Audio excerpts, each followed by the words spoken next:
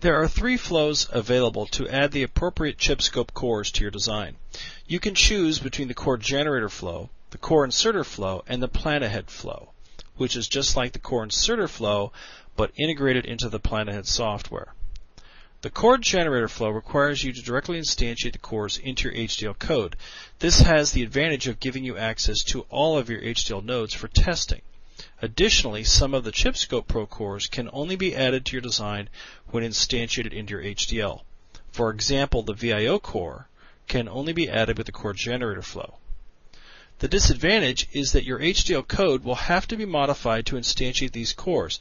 Also note that to remove these cores from your design, you'll have to comment them out.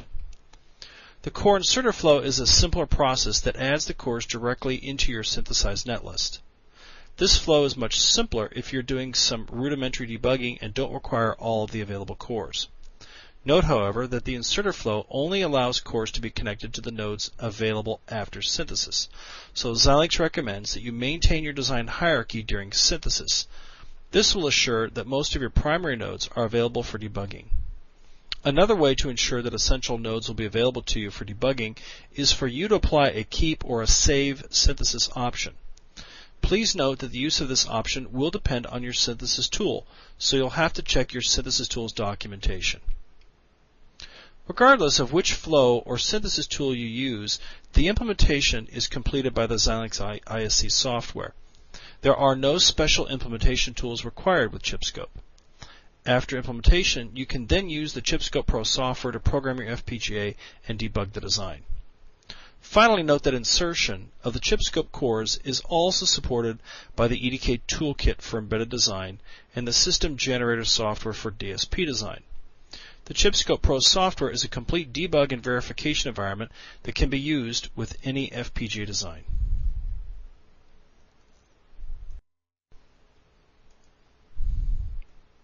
To add ChipScope cores, you add them like you would any HDL component into your design with the ISC software.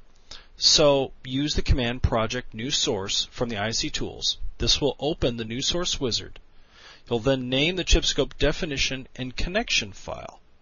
This will contain all of your ChipScope cores into one source file. Just name the file, and then the GUI will open, allowing you to add the cores into your design and then customize them. Note that the created cores are associated with your top-level design file automatically, but this can be altered. Double-clicking the CDC file automatically will then start the ChipScope software.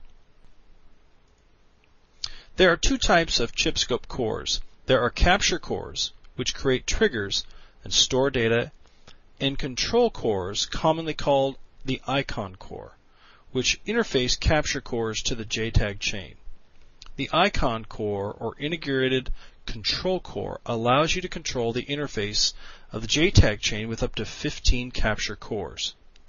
There are a number of different capture cores to choose from. The ILA is the most frequently used for HDL designs, and in fact that's the one we're going to use in the next lab.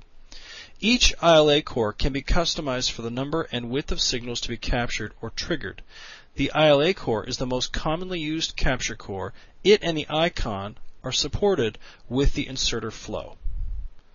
The ILA ATC core is similar to the ILA core, except data is captured off-chip by the Agilent Trace Port Analyzer. This is especially useful if you are storing large amounts of test data off-chip. This may be helpful since the available number of block RAMs varies by device and device density.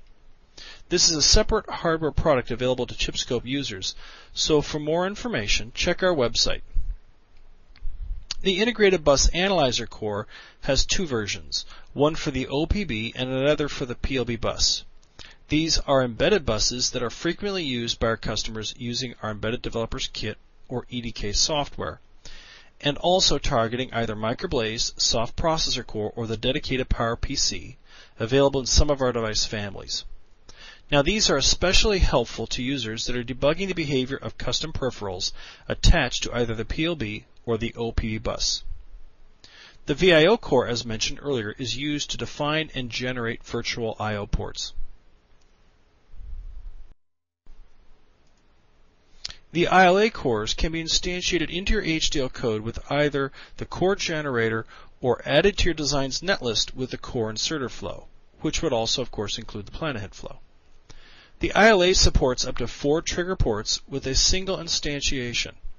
Up to 256 channels can be used per trigger port.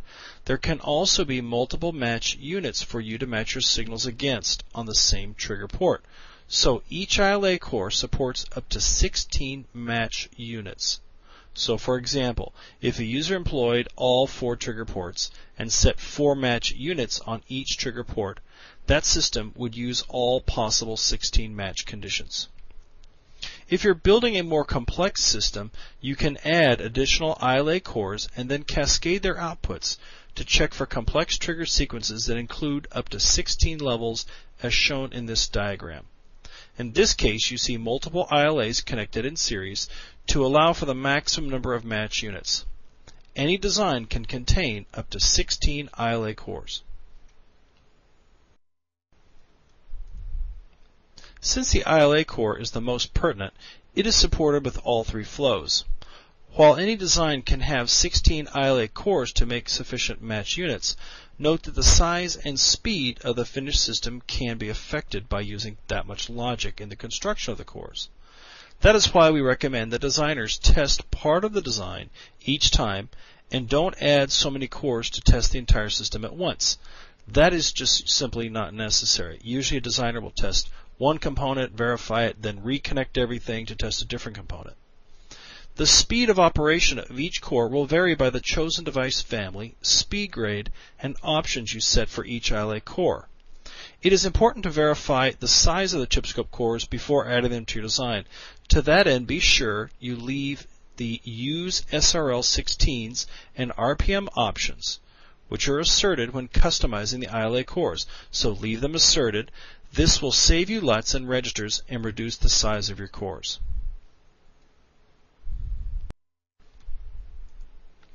The VIO Core enables you to insert virtual I/O pins into your design.